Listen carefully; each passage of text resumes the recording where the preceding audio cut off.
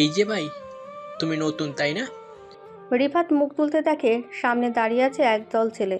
তাদের মধ্যে একজনের চোখে সানগ্লাস, হাতে দামি ঘড়ি, গলায় সোনার চেন। স্পষ্টতই কলেজের প্রভাবশালী গ্রুপের কেউ। আর সেই রিফাতকে ডেকেছে। জি ভাই, আমি নতুন।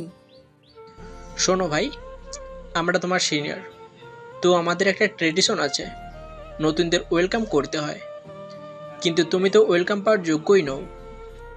ছেলেটার কথায় আশেপাশে সবাই হেসে উঠল, কিন্তু রিফাত কোনো প্রতিক্রিয়া দেখালো না। শুধু শান্তভাবে বলল, আচ্ছা ভাই, সেটা আপনাদের ইচ্ছা। এখন বলুন, আমাকে এখানে ডাকার কারণটা কি? আমি কি করব আপনাদের জন্য? সিনিয়ররা একে অপরের দিকে তাকিয়ে হাসলো। এই ছেলেটা এত সহজে রাজি হয়ে গেল। তখন সেখানে থাকা আরেকটা ছেলে ঠোঁট বাঁকিয়ে বলল, আচ্ছা ছোট ভাই, তোমাকে বড় কাজ দিব না। তুমি এই পুরো ক্যাম্পাস কান ধরে একবার ঘুরে আসো, এক্সারসাইজ হবে। আবারও সবাই হেসে উঠল। কেউ কেউ তো আবার ফোন বের করে ভিডিও করার প্রস্তুতি নিচ্ছে। রিফাত ভেতরে ভেতরে হাসলো। যদি এরা সত্যিকারের রিফাতকে চিনতো, তাহলে এই সাহস কোনোদিন করতো না। কিন্তু সে জানে এখানে ওকে মাথা ঠান্ডা রাখতে হবে, তাই শান্তভাবে বলল, ওকে ভাই, আপনারা থাকেন, আমি ক্লাসে যাই। তখন রাহুল নামের ছেলেটা রেগে বাইক থেকে নেমে এসে বলল, দেখুন ভাই, আমি আপনাদের উদ্দেশ্য বুঝতে পারছি। আপনারা মজা নিতে চাচ্ছেন, কিন্তু আমি এখানে পড়াশোনা করতে এসেছি, কারো হাসির পাত্র হতে নয়। রিফাতের কথায় সবার হাসি হঠাৎ স্তব্ধ হয়ে গেল। এতটা সহজে কেউ রাহুল রাফি এদের সামনে মাথা উঁচু করে কথা বলার সাহস দেখায় না। রাফি তখন এগিয়ে এসে বলল, তুই কি নিজেকে খুব চালাক ভাবছিস? আমি এত চালাক না, আবার অযথা লজ্জায় পড়ব এরকম বোকাও না। তাই আমাকে ইট মেরো না, পাটকেল ফিরিয়ে কিন্তু খেতেই হবে। সবাই অবাক হয়ে তাকিয়ে রইল। একবারে সাধারণ একটা ছেলে এসে এভাবে এই গ্রুপের সামনে কথা বলবে, এটা সবার কল্পনার বাইরে। এবার আপনাদের সব খুলে বলি। সকাল 9টা, গেট পেরিয়ে ভিড়ের মধ্যেই ধীর পায়ে ক্যাম্পাসে প্রবেশ করলো রিফাত রহমান। গায়ের রং শ্যামলা, চুল ছোট করে ছাটা, পরনে সাধারণ একটা সাদা কালো চেক শার্ট আর জিন্স, কাঁধে একটা পুরনো ব্যাগ ঝুলছে। ছেলেটাকে দেখে মনে হবে কোনো প্রত্যন্ত গ্রামের ছেলে, হয়তো প্রথমবার শহরে এসেছে। কিন্তু সত্যিটা সম্পূর্ণ আলাদা। রিফাত ক্যাম্পাসে ঢুকে চারপাশটা একবার স্ক্যান করে নিল। অনেকেই তাকে দেখে ভ্রুকুচকে তাকিয়েছে। শহরের দামি পোশাক পরা ছেলে মেয়েদের মাঝে সে যেন একটা ব্যতিক্রমী দৃশ্য। রিফাত মনে মনে বলল, আমি জানতাম এখানে এসে প্রথমে হাসাহাসির শিকার হতে হবে, কিন্তু এটাই তো আমার জন্য ভালো। যত কম মানুষ আমাকে গুরুত্ব দিবে, আমার মিশন তত সহজ হবে। সে মাথা নিচু করে ধীরে ধীরে হাঁটতে লাগলো। কিন্তু হুট করে সামনে থেকে একটা গম্ভীর গলা শোনা গেল, আর সেটা ছিল রাহুল আর রাফিদের গ্রুপের কাছ থেকে। তারা এই কলেজে একরকম আতঙ্ক সৃষ্টি করে রাখে সবসময়। এরপর রিফাত তাদের কাছে গেল। এর পরের কাহিনী তো আপনারা দেখলেন। হেই, এখানে কি হচ্ছে? হঠাৎ কথাটা শুনে পেছন ফিরে তাকাতেই দেখা গেল লাল রঙের ওয়েস্টার্ন টপ আর ডেনিম পরে এগিয়ে আসছে ছায়া চৌধুরী। চোখের কালো সানগ্লাসটা খুলে ছায়া রাহুলকে উদ্দেশ্য করে বলল, রাহুল, তোমরা আবার নতুন কি শুরু করেছো? আরে কিছু না, নতুন একটা মুরগি এসেছে, তাকে ওয়েলকাম করছিলাম। এই কথা শুনে ছায়া রিফাতের দিকে তাকিয়ে বলল, ও আচ্ছা, তুমি তাহলে নতুন মুরগি, সরি, নতুন স্টুডেন্ট। তোমার নাম কি? রিফাত বুঝলো সবাই তাকে নিয়ে তামাশা করছে, কিন্তু সে মাথা নিচু করে বলল, ম্যাডাম, আমি রিফাত রহমান। রিফাতের কথা এবার আশেপাশের সবাই গলা ফাটিয়ে হাসতে শুরু করলো। তখন ছায়ার বান্ধবী আফিয়া ফিসফিস করে বলল, ম্যাডাম, এই ছায়া, এটা কোথা থেকে আসছে বলতো? হুম হুম, তোকে ম্যাডাম বলে ডাকছে। এই ছেলে, তুমি আমাকে ম্যাডাম বললে কেন? রিফাত এবার একটু হেসে বলল, হ্যাঁ, না মানে আপনি তো সিনিয়র, তাই আপনাকে সম্মান দিলাম। ছায়া কিছুক্ষণ তাকিয়ে রইল। দেখতে সাধারণ গ্রাম্য ছেলেদের মতো ক্ষেত হলেও কথাবার্তায় একটা অন্যরকম আত্মবিশ্বাস আছে। কিন্তু ছায়া নিজের কৌতূহল দমিয়ে রেখে শক্ত কণ্ঠে বলল, তুমি আর আমাকে ম্যাডাম বলে ডাকবে না। আর রাহুল, তোরা বাদ দে, ওকে নিয়ে কেউ আর ঝামেলা করিস না।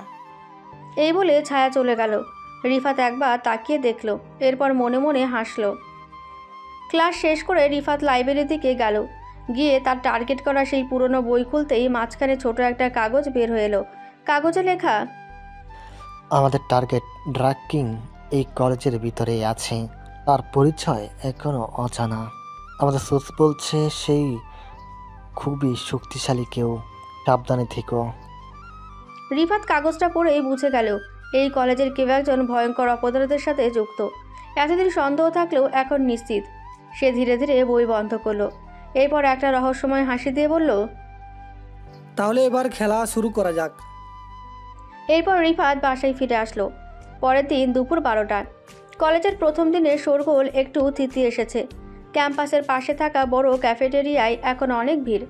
রিফাত ধীর পায়ে ক্যাফেতে ঢুকলো। সামনের একটা টেবিলে ছায়া আর তার বান্ধবীরা বসে আছে। ছায়ার পরনে ছিল কালো টপ, সাথে ফিটিং জিন্স। ঠিক তখনই ছায়ার সামনে একটা ছেলে আসলো। ছেলেটা বেশ লাজুকভাবেই কিছু একটা বলল। তারপর পকেট থেকে একটা ছোট লাল বাক্স বের করলো, হয়তো চকলেট বা কোনো উপহার। রিফাত কি হচ্ছে দেখার জন্য এগিয়ে গেল। ছায়া চোখ ছোট করে ছেলেটার দিকে তাকিয়ে বলল, সাজিদ, তুমি কি মনে করো তুমি আমার পেছনে পড়ে থাকলেই আমি তোমার প্রেমে পড়ে যাব? তোমার বাবা একজন সাধারণ হোটেল ম্যানেজার। আমার এই স্ট্যান্ডার্ডের সাথে তুমি দাঁড়াতে পারবে? চারপাশে থাকা সবাই হাসতে লাগলো। সাজিদ নামের ছেলেটা বিব্রত হয়ে এক মুহূর্ত না দাঁড়িয়ে মাথা নিচু করে চলে গেল। রিফাত দাঁড়িয়ে সব দেখছিল। ছেলেটা যেতেই রিফাত পাশের একটা টেবিলে বসে পড়ল। এরপর এমন ভাব করলো যেন কিছুই দেখেনি। কিন্তু হঠাৎ করেই একটা ভারী গলা পেছন থেকে ভেসে এলো। এই ছেলে, তুমি এখানে বসলে কেন? রিফাত মুখ তুলে তাকাতেই চমকে গেল।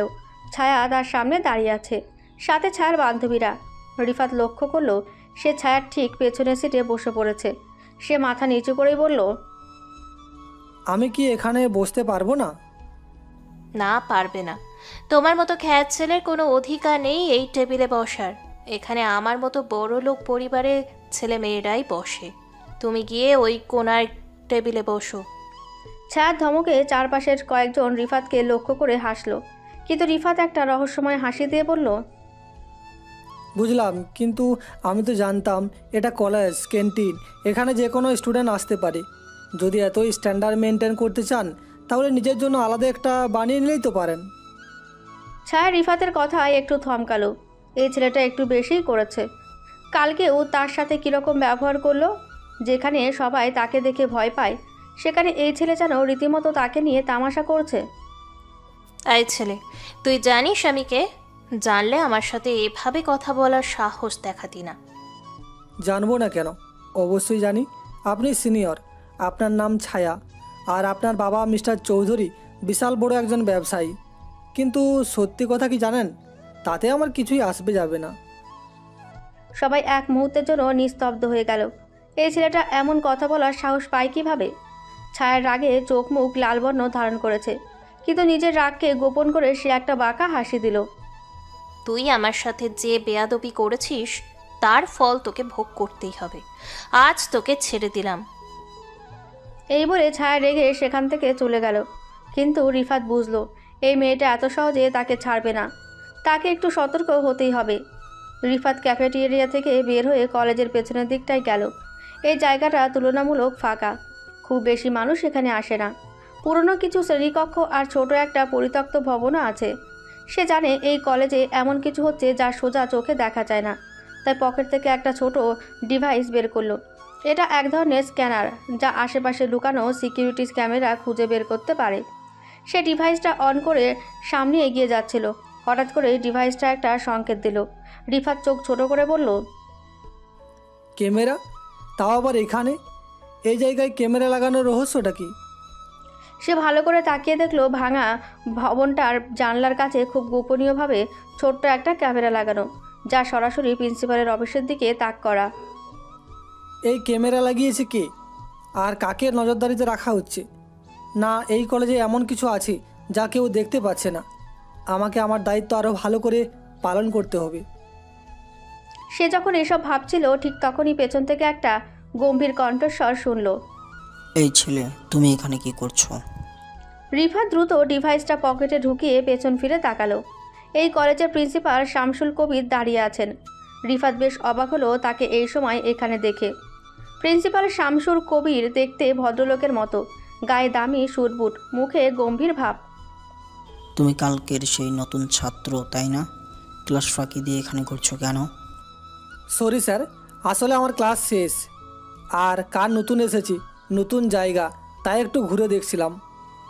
শোনো ছেলে, কলেজের এই দিকটা স্টুডেন্টদের জন্য নিষিদ্ধ। এখানে কিছু সমস্যা আছে, তাই ভবনগুলো ব্যবহার হয় না। এদিকে আর আসবে না। রিফাত মাথা নিচু করে বলল, জি স্যার, আর আসবো না।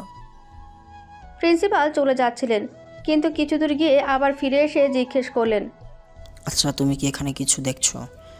রিফাত না বোঝার ভান করে বলল, না স্যার, এখানে কি দেখব? ও, না দেখলেই ভালো। ওইদিকে অসভ্য কিছু ঘোরাফেরা করে, তাই এদিকে না আসাই ভালো।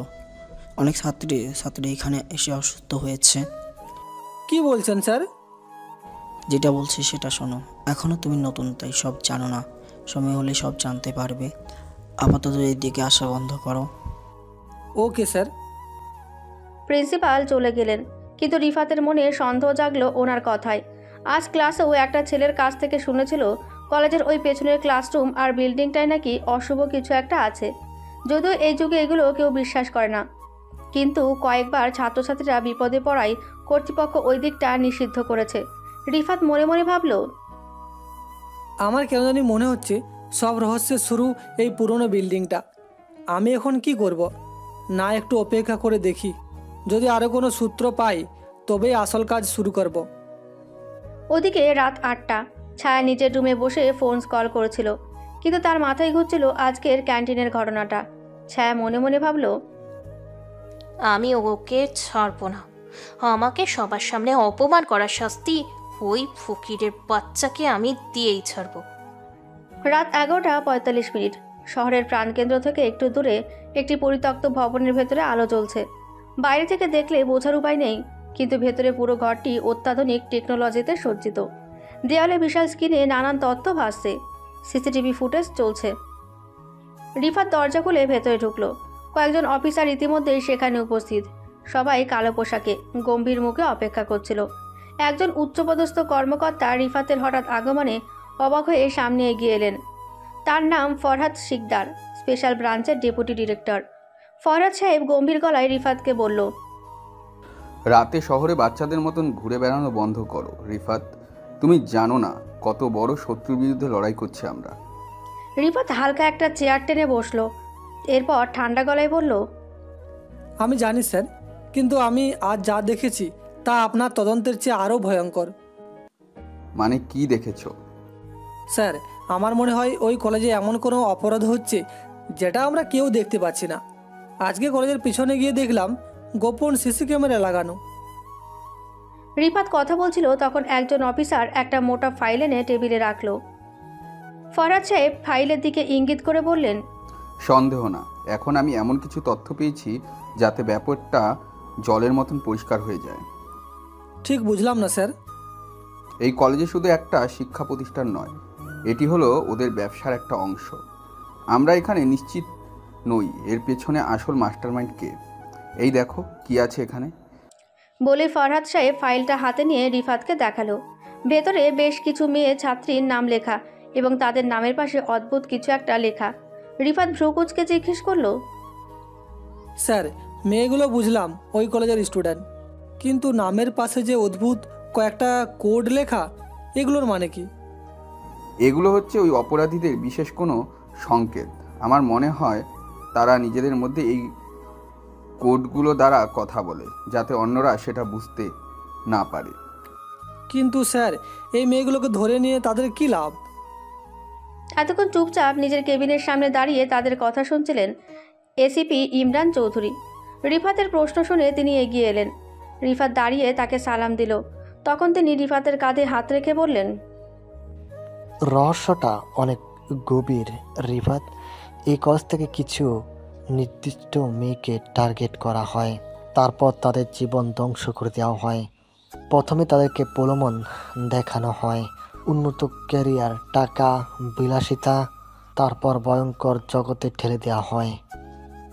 এটা ওই মেয়েটার জন্য যারা আর্থিকভাবে কিছুটা দুর্বল শুধু তাই নয়, তারা বড়লোক মেয়েদের টার্গেট করে, তাদের কন্ট্রোলে নিয়ে যায়, এরপর নেশার ঘোরের মধ্যে ফেলে তাদের নোংরা ছবি ভিডিও ধারণ করে সেগুলো দিয়ে ওদের ব্ল্যাকমেইল করে। তার মানে এখানে একজন নয়, দুইজন নয়, বেশ কয়েকজন জড়িত আছে। অনেকজন। তবে সবাইকে কেউ না কেউ কন্ট্রোল করছে, আর আমাদের উচিত তাকেই টার্গেট করা। রিপাত ফাইলের পাতাগুলো উল্টে দেখতে লাগলো। এত নাম দেখে তার চোখ লাল হয়ে গেল। কঠিন স্বরে জিজ্ঞেস করলো, কিন্তু স্যার, এদের পেছনে কাদের হাত আছে? ফরাজ সাহেব আর এসিপি সাহেব একে অপরের দিকে একবার তাকালেন, এরপর একটা দীর্ঘশ্বাস ফেললেন। আমরা এখনো পুরোপুরি নিশ্চিত নয় রিপাত, তবে যতদূর সম্ভব কলেজের উচ্চ পদের এটার সাথে সরাসরি জড়িত, না হলে এই কাজ তারা এতদিন ধরে করতে পারত না। হ্যাঁ রিফাত, আমারও সেটা মনে হয়, আর সেই জন্যই তোমাকে এখানে পাঠানোর জন্য রিকোয়েস্ট করেছিলাম মেইন অফিসে।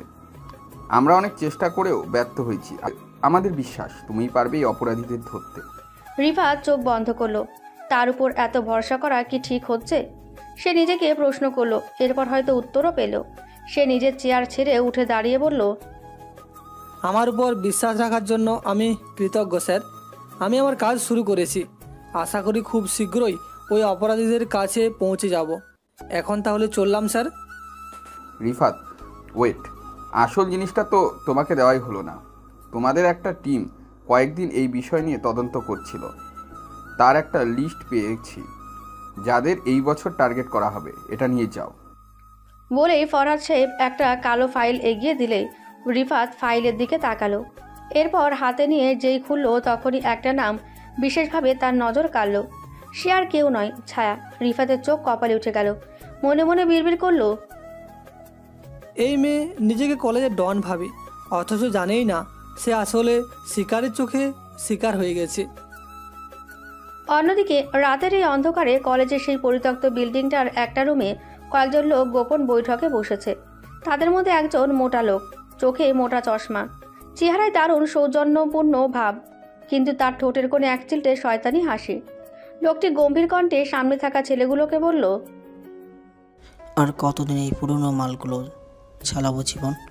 এই বছর আমাদের ব্যবসার জন্য ভালো কিছু মুখ দরকার। কাস্টমার পুরনো মাল পছন্দ করছে না। লোকটার কথায় সামনে থাকা ছেলেগুলো হালকা হাসলো। এরপর জীবন নামের ছেলেটা ওই ভদ্রলোককে উদ্দেশ্য করে ধীরে ধীরে বলল, আপনি নিশ্চিন্তে থাকেন স্যার, এই বছর আমরা কলেজের নতুন কিছু মেয়েকে টার্গেট করেছি। আশা করি এই মাসের মধ্যেই কাস্টমার আপনার পায়ে এসে পড়বে। মানে কাদেরকে টার্গেট করছো? জীবন তখন একটা লিস্ট বের করে লোকটাকে দেখালো। তালিকার একেবারে শীর্ষে ছায়ার নাম।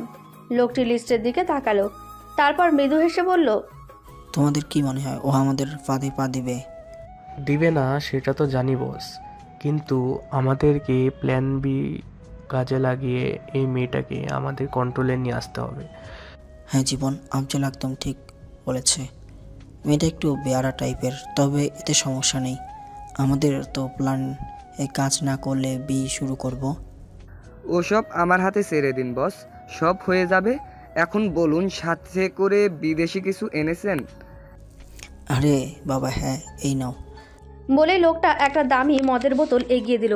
ছেলেগুলো সেটা হাতে নিয়ে একসাথে হেসে উঠল। পরের দিন রিফাত কলেজে গেলেও মায়াকে পেল না, তাই আবার সব দিকে নজর বুলিয়ে বাসায় ফিরল। এরপর দিন সকাল 10টা। কলেজের ক্যাম্পাসে আজ একটু বেশি ভিড়, কারণ আজ থেকে আবার পরিপূর্ণ সব ক্লাস শুরু হয়েছে। ছায়া ক্যাম্পাসে ঢুকতেই তার বান্ধবীরা চারপাশে ভিড় করলো। রিমা উচ্ছ্বসিত গলায়, ছায়া, তুই কাল ক্লাস করিসনি কেন? মন চায়নি, তাই আসিনি। তোর চোখে মুখের অবস্থা দেখেই বোঝা যাচ্ছে কালকে ঘুমাসনি। নীলাদের সঙ্গে পার্টিতে গিয়েছিলি তাই না? তবে একদম বাজে পার্টি ছিল। কেন রে? ওদের পার্টিতে সবসময় সেই জমে। আর বলিস না, পার্টিতে কয়েকটা ছেলে ছিল, এমনই কোনো কারণ ছাড়াই ঘিরে ধরছিল, তাই খুব অস্বস্তি হচ্ছিল। সেই জন্যই দ্রুত বেরিয়ে এসেছি। কি বলিস? তোর সাথে কোনো বাজে ব্যবহার করেনি তো? না, তেমন কিছু করেনি, তবে ওদের আচরণ আমার কাছে ভালো লাগেনি। কেমন করে জানি তাকাচ্ছিল বারবার। তাহলে ভালোই করেছিস। আচ্ছা শোন, আমার বার্থডে 6 তারিখ। আমি বড় একটা পার্টি অ্যারেঞ্জ করছি, তোকে কিন্তু যেতে হবে। কি, যাবি না? সেটা সময় হলেই দেখা যাবে। এখন চল একটু ক্যান্টিন থেকে ঘুরে আসি, আমার অনেক খিদে লাগছে। বলে ছায়া হাঁটতে লাগলো। মূলত কালকে রাতের পার্টির ঝামেলার থেকে আজকে সকালে তার সাথে ঘটে যাওয়া ঘটনাটা নিয়ে সে বেশ চিন্তিত ছিল। কারণ আজ সকালে কলেজে আসার সময় সে আন্দাজ করছিল কেউ একজন তাকে ফলো করছে। সন্দেহজনক একটা কালো গাড়ি প্রতিবারই তার পেছনে এসে থামছিল, কিন্তু সেটা কে হতে পারে ছায়া ভেবে পাচ্ছিল না। তার ফ্রেন্ডদেরও বলতে পারছিল না, কারণ এটা বলে সবাই তাকে নিয়ে মজা করবে, আর সে কিছুতেই নিজের ইগো ছাড়তে চায় না। অন্যদিকে রিফাত আজ ক্যাম্পাসে একটু আগেভাগেই এসেছে। তার মাথায় এসিপি স্যারের দেওয়া তদন্ত রিপোর্টে তথ্যগুলো ঘুরপাক খাচ্ছিল। সে চুপচাপ লাইব্রেরির এক করে বসেছিল। একটু পর লক্ষ্য করলো লাইব্রেরির রিডিং রুমে একটা ছেলে বেশ জোরে জোরে একটা মেয়েকে কিছু একটা বলছিল। রিফাত লুকিয়ে তাদের কথা শোনার চেষ্টা করলো, কিন্তু কিছুই তেমন শুনতে পাচ্ছে না। তবে সে নিশ্চয়ই ছেলেটা মেয়েটাকে কোনো একটা বিষয় নিয়ে হুমকি দিচ্ছিল, কারণ মেয়েটা ছেলেটার কাছে বারবার হাত জোর করে কিছু একটা নিয়ে রিকোয়েস্ট করছিল। সে ভালো করে নজর দিতে দেখলো ছেলেটা প্রিন্সিপালের পিয়ন রশিদ। রিফাত নিঃশব্দে ফোন বের করে ফরহাদ সাহেবকে মেসেজ করলো।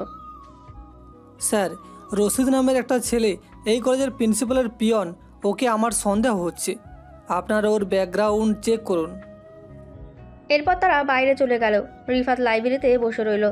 প্রায় 40 মিনিট পর ফরহাদ সাহেবের কল এলো। রিফাত ফোন ধরতেই ফরহাদ সাহেব বললেন, রিফাত, আমি অফিসে আশিককে পাঠিয়েছিলাম। রশিদ সম্পর্কে কিছু তথ্য পেয়েছি। সে পিয়ন হলেও প্রায়ই বড়লোক ব্যবসায়ীদের সাথে গোপনে যোগাযোগ রাখে। তার গতিবিধির নজর রাখো। আমার মনে হয় এই অপরাধী চক্রের সাথে ও নিজেও জড়িত আছে। ওকে স্যার, আমি ওর উপর নজর রাখছি, কিন্তু আপনারা ওকে বেশিক্ষণ বাইরে রাখবেন না। ওকে গ্রেপ্তার করলে আমরা ওর কাছ থেকে কিছু ইনফরমেশন পেতে পারি। হ্যাঁ, সেটা তো অবশ্যই করব, কিন্তু আরও 3-4 দিন পর। তুমি আগে ওই কলেজে সেটেল হয়ে যাও, ওর ব্যবস্থা আমরা করে নেব। রিফাত ফোন রেখে দিল। বিকেল হয়ে গেছে, ক্লাস শেষে সবাই কম বেশি বেরিয়ে গেছে। ছায়া আড্ডা শেষ করে ক্যাম্পাসের পার্কিং এরিয়ায় গেল। সে তার গাড়ির দরজা খুলতেই যাচ্ছিল, ঠিক তখনই পিয়ন রশিদ ধীরে ধীরে তার দিকে এগিয়ে এলো। এরপর মৃদু হাসি দিয়ে বলল, ছায়া আপু, আপনার সাথে একটু কথা ছিল। হ্যাঁ রাশিদ ভাই, বলেন কি বলবেন। আসলে আপু, আমাদের প্রিন্সিপাল স্যার আপনার সঙ্গে ব্যক্তিগতভাবে দেখা করতে চেয়েছেন, একটু অফিসে আসবেন? ছায়ার কপালে ভাঁজ পড়ল। প্রিন্সিপাল কেন এই সময় তাকে ডাকলো? সে অবাক হয়ে প্রশ্ন করলো, কি বলেন রাশিদ ভাই? প্রিন্সিপাল স্যার আমার সঙ্গে দেখা করতে চেয়েছেন, কোনো কারণ জানো? সঠিক বলতে পারবো না আপু, তবে আজ সারাদিন স্যার একটা স্কলারশিপ নিয়ে কথা বলছিলেন, হয়তো সেই ব্যাপারেই কিছু বলবেন। ছায়ার চোখ সরু হয়ে এলো। ব্যাপারটা কেমন জানি লাগছে তার কাছে। তার বাবার তো টাকা পয়সার কোনো অভাব নেই, তার কোনো স্কলারশিপও লাগবে না, তাহলে প্রিন্সিপাল স্যার তার সাথে কেন কথা বলবেন? রাশিদ ভাই, তবে স্যারকে বলে দিবে আমি স্কলারশিপ পেতে আগ্রহী নই। কিন্তু স্যার তো বললো আপনাকে নিয়ে যেতে, আমি স্যারকে গিয়ে কি বলবো এখন? স্যারকে গিয়ে সরাসরি বলবে ছায়া চৌধুরী যথেষ্ট সামর্থ্য আছে, তাই এই স্কলারশিপটা অন্য কাউকে দিয়ে দিতে, আমার এসবের প্রয়োজন নেই। বলে সে গাড়িতে উঠে দরজা বন্ধ করতেই যাচ্ছিল। ঠিক তখনই সকালে সেই কালো গাড়িটা এসে পার্কিং এরিয়ায় থামলো। গাড়ি থেকে একজন মধ্যবয়স্ক ভদ্রলোক নিচে নামলেন। রশিদ তাকে দেখে অদ্ভুত মুখ করে হাসলো। ছায়া আশেপাশে তাকিয়ে দেখলো কেউ নেই। লোকটা ছায়ার সামনে এসে বলল, আপনি কি ছায়া? ছায়া এক মুহূর্ত চুপ করে থাকলো। লোকটা তার নাম কি করে জানলো? তার ভয় হতে শুরু করলো, তাহলে কি লোকটা তার বাবার বিজনেসের কোনো শত্রু? ছায়া নিজেকে শক্ত করে কিছুটা বিরক্তি নিয়ে বলল, হ্যাঁ আমি ছায়া, কিন্তু আপনি কে আর আমার ক্যাম্পাসে আসলেন কেন? ছায়ার কথায় লোকটা মৃদু হাসলো। এরপর শার্টের কলার ঠিক করতে করতে বলল, আমি আকরাম খান, একজন বড় শিল্পপতি। আপনাকে দেখেছি বেশ কয়েকদিন হলো। আপনার সৌন্দর্য আরো ব্যক্তিত্ব আমাকে মুগ্ধ করেছে। আপনার সঙ্গে কিছু বিশেষ বিষয়ে কথা বলতে চাই। ছায়ার মুখ কঠিন হলো। লোকটার মতিগতি তার একদমই ভালো লাগছে না। সে রেগে বলল, জুতা চিনেন? পিটিয়ে একদম সোজা করে দিব। আর রাশিদের বাচ্চা, কাল তোকে বোঝাবো আমি কি জিনিস। তোর কত বড় সাহস, আমাকে আটকে এই বুইড়া বেটাকে ডেকেছিস? আমার বাবাকে বলে কালকেই তোর ব্যবস্থা করছি। বলে সে দরজা লাগিয়ে চলে যেতে চাচ্ছিল। ঠিক তখনই লোকটা তার হাত ধরে ফেলল। ছায়া রেগে হাত ছাড়িয়ে নিতে চাইলে রশিদ আরেক হাত ধরল। ঠিক তখনই কেউ একজন পাশ থেকে বলল, আরে ছায়া, তুমি এখানে এখনো বাসায় যাওনি? আর ওনারা কারা? ছায়া কথাগুলো শুনে চমকে তাকালো। দেখলো রিফাত দাঁড়িয়ে আছে, কিন্তু রিফাত তার সাথে এভাবে কথা বলছে কেন? সে কিছু বলতে যাবে তার আগে সেই মধ্যবয়স্ক লোক রিফাতের সামনে গিয়ে বসলো। তুমি কি ছায়ার বন্ধু? রিফাত মুখে হাসি নিয়ে বলল, হ্যাঁ, আমি ছায়ার বন্ধু, কিন্তু আপনাকে তো ঠিক চিনলাম না। লোকটা কিছু বলতে যাবে তার আগেই রশিদ দ্রুত বলে উঠল, এই ছেলে, তুমি এখানে কি করছো? যাও বাসায় যাও। ওনাকে চিনো? উনি আমাদের কলেজের বিশেষ গেস্ট, প্রিন্সিপাল স্যারের সঙ্গে দেখা করতে এসেছেন। প্রিন্সিপালের সাথে দেখা করতে আসলে এখানে দাঁড়িয়ে আছে কেন? ভেতরে নিয়ে জানো নাকি? সেটা তোমাকে শিখিয়ে দিতে হবে না, তুমি তোমার কাজে যাও। রিফাত ঠান্ডা দৃষ্টিতে লোকটিকে দেখল। এরপর রশিদের কাছে গিয়ে কাঁধে হাত রেখে বলল, রশিদ ভাই, চালাকি কার সাথে করেন? আমি অনেকক্ষণ ধরে দেখছি তোমরা দুজন মিলে ওকে এখানে আটকে ডিস্টার্ব করছো। এই ছেলে, 2 দিন হয়েছে কলেজে এসেছো, এর মধ্যেই আমাদের সাথে লাগতে চলে এসেছো। তুমি জানো আমি কে? রিফাত ঠাস করে রশিদের গালে একটা থাপ্পড় বসিয়ে দিয়ে বলল, শালা, তুই কে সেটা তো আমি খুব ভালো করে জানি, কিন্তু আমি যে তোর বাপ সেটা তুই জানিস না, এখন জানবি। পিছনে তাকিয়ে দেখ। রশিদ আর সেই লোকটা পিছনে তাকাতে দেখলো কয়েকটা লোক বন্দুক হাতে নিয়ে দাঁড়িয়ে আছে। ছায়ার মাথাটা যেন ঝিমঝিম করছিল। তার সামনে কি হচ্ছে সে নিজেও বুঝতে পারছিল না। লোকগুলো এসে রশিদ আর সেই লোকটার হাতে হ্যান্ডকাপ লাগাতেই বুঝলো এরা পুলিশের লোক। রিফাত তখন রশিদের সামনে গিয়ে বলল, আমি এতক্ষণ থেকে দাঁড়িয়ে তোদের কর্মকাণ্ড দেখছিলাম। আমি জানতাম তুই এরকম কিছুই করবি, তাই তো আগে থেকেই থানায় কল করেছিলাম। এখন যা, শ্বশুরবাড়ি থেকে ঘুরে আয়। তোর এত বড় সাহস, আমাকে পুলিশে দিচ্ছিস? তোর কি মনে হয় ওরা আমাকে আটকে রাখতে পারবে? আমি বের হয়ে তোর লাশ চিবিয়ে খাবো, মনে রাখিস। রশিদ আর কিছু বলতে যাবে এর আগে রিফাত কিছু একটা ইশারা করলো, আর সেই অফিসারগুলো রশিদ আর লোকটাকে টেনে নিয়ে গাড়িতে বসালো। তারা চলে যেতেই ছায়া নিজের গাড়ি স্টার্ট করলো। রিফাত তখন অবাক হওয়ার ভঙ্গি করে বলল, এই যে ম্যাডাম, আপনার এত বড় উপকার করলাম, তার জন্য একটা ধন্যবাদ তো পেতে পারি নাকি? আপনি না থাকলে আজ কি হতো বুঝতে পারছেন? ছায়া কথাটা শুনে গাড়ি থেকে নেমে রিফাতের সামনে এসে দাঁড়ালো। এরপর তার ছেলের একটা হাসি দিয়ে বলল, আমি ছায়া চৌধুরী, আরিফ চৌধুরীর একমাত্র মেয়ে। তুই কি ভেবেছিলিস আমি ভয় পেয়েছিলাম? আরে ওরা আমার ক্ষতি করবে এই সাহস কি আছে? আমার বাবা এমনিতেই ওদের লাশ কালকে আমার পায়ের কাছে এনে ফেলতো, তাই বেশি ভাব নেওয়ার ট্রাই করবে না। বলে ছায়া গাড়িতে উঠে ড্রাইভ করতে লাগলো। ওদিকে রিফাত দাঁড়িয়ে একটা রহস্যময় হাসি দিল। এদিকে সেই অফিসারগুলো রশিদ আর সেই লোকটাকে থানায় না নিয়ে অন্য একটা জায়গায় নিয়ে গেল। সেটা দেখে রশিদ বলল, হেই, তোমরা কারা? আর আমাদের থানায় না এনে এটা কোথায় নিয়ে এসেছো? এটা তোদের শ্বশুরের আরেকটা বাড়ি, কিছুক্ষণ অপেক্ষা কর, এরপর আমাদের পরিচয় এমনিতে পেয়ে যাবি। এরপর তাদের দুজনকেই বেঁধে রাখা হলো। রাত তখন 12টা। ছায়া সারাদিনের ঝামেলা ভুলতে ক্লাব থেকে ড্রিঙ্ক করেছে প্রচুর পরিমাণে, ঠিকমতো দাঁড়াতেও পারছিল না। সে দুলতে দুলতে গাড়ির কাছে আসলো। ড্রাইভার গাড়ি স্টার্ট করে কিছুদূর যেতেই তাদের গাড়ির সামনে একটা গাড়ি এসে থামলো। ছায়া তখন সিটে হেলান দিয়ে ঘুমিয়ে পড়েছে। ড্রাইভার কি হয়েছে সেটা দেখতে যেই বাইরে বেরোলো, তখনই পেছন থেকে কেউ একজন তার মাথায় শক্ত কিছু একটা দিয়ে আঘাত করলো। ড্রাইভার সেখানেই পড়ে গেল। এরপর কয়েকটা ছেলে মিলে ছায়ার মুখে কিছু একটা চেপে ধরতেই ছায়া বেহুশ হয়ে গেল। এরপর যখন হুঁশ ফিরল তখন দেখলো চারপাশ অন্ধকার। সে নড়তে গেল কিন্তু পারল না। তার হাত দুটো পেছন থেকে শক্ত দড়ি দিয়ে বাঁধা। ছায়া ধীরে ধীরে মনে করার চেষ্টা করলো কি ঘটেছিল, কিন্তু কিছুই মনে করতে পারছিল না। ছায়া এবার চারপাশে ভালোভাবে তাকানোর চেষ্টা করলো।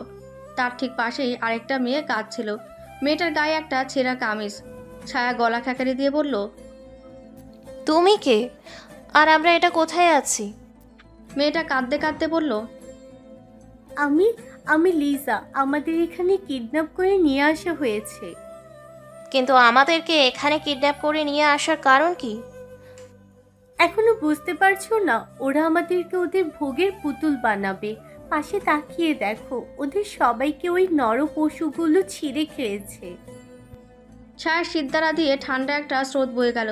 তার চারপাশে তাকাতে লাগলো পাগলের মতো।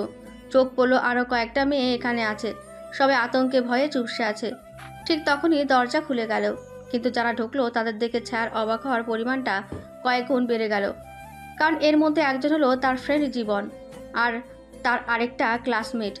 জীবন রুমে ঢুকে সবার দিকে তাকিয়ে একবার হাসলো, এরপর সিগারেট ধরিয়ে ঠোঁটের কোণে রেখে দিল।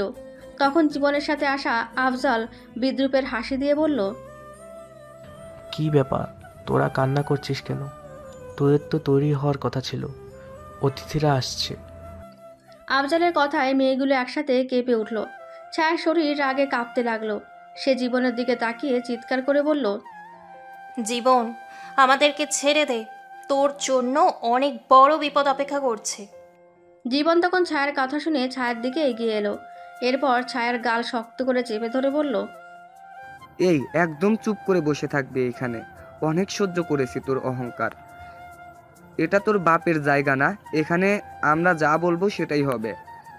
জীবন, তুই তো আমার ফ্রেন্ড, এমন করছিস কেন? ফ্রেন্ড মাই ফুট, আমি তোর সাথে সাথে থাকতাম শুধু সুযোগ খোঁজার জন্য, যাতে সুযোগ পেলেই তোকে শেষ করতে পারি। সাথে তো তোর টাকায় ফুর্তেছিলই। আমি তোকে টাকা দিয়ে দেব, তুই আমাকে এখান থেকে ছেড়ে দে প্লিজ। আমি বাইরে গিয়ে বাবাকে কিছুই বলবো না। হা হা হা, আমাকে কি তোর বলদ মনে হয়? আরে তুই আমাকে টাকা দিলে তো আমি একবারই পাবো, কিন্তু তুই এখানে থাকলে আমরা প্রতিদিন। হা হা হা। ছায়ার বুঝতে বাকি রইল না জীবন কিসের দিকে ইঙ্গিত করছে। তার চোখে আগুন জ্বলে উঠল, কিন্তু সেটার দিকে নজর না দিয়ে দুজন হাসতে হাসতে বেরিয়ে গেল। এই জায়গাটা ছিল একটা পরিত্যক্ত বিশাল বাংলো। প্রতিদিন রাতে এখানে বড় বড় সব লোক আসে, কেউ ব্যবসায়ী, কেউ রাজনীতিবিদ, কেউ অপরাধ জগতের ডন। ছায়া সময়ের সাথে সাথে বুঝতে পারছে সে কত বড় ফাঁদে পড়েছে। এদিকে রিফাত তখন রশিদ আর ওই লোকটার কাছ থেকে ইনফরমেশন বের করার চেষ্টা করছিল। তখনই এসিপি স্যারের কল আসলো। জি স্যার, বলুন। রিফাত, একটা সর্বনাশ হয়ে গেছে। আরিফ চৌধুরীর মেয়েকে ওই অপরাধী চক্র কিডন্যাপ করে নিয়ে গেছে। কি বলছেন স্যার? হ্যাঁ, আমি চাই তুমি আজ রাতের মধ্যে ওদের আস্তানায় আক্রমণ করে অপরাধীদের শেষ করে দাও। আমি আশিককে ওই এলাকায় পাঠিয়ে দিয়েছি, আর তোমাকে ওই জায়গার লোকেশন পাঠিয়ে দিচ্ছি। Okay sir. বলে রিফাত ফোন রাখতে রশিদ চেয়ারে বাঁধা অবস্থায় হাসতে হাসতে বলল, কি অফিসার, বলেছিলাম না আমাদের মতো চুনোপুটিকে ধরে তুই কিছুই করতে পারবি না। আমাদের বসের হাত তোর বাবাদের হাতের থেকেও ওপরে, মনে রাখিস। রিফাত রেখে একটা লোহা গরম করে আনলো। এরপর রশিদ আর সেই লোকটার পিঠে চেপে ধরলো। তাদের নির্মম আর্তনাদে পুরো বিল্ডিংটা কাঁপতে লাগলো। এখনো সময় আছে, বল তোদের বসকে, না হলে এখন তো শুধু এটা লাগিয়েছি, এরপর আগুনে পা ঢুকিয়ে রাখবো। বলছি সব বলছি, সব বলে দেবো, কিন্তু আগে আমাদের পিঠ থেকে এটা সরান প্লিজ। এই তো লাইনে এসেছিস বেটা, এখন বল তোদের এসব কাজের মাস্টার মাইন্ড কে?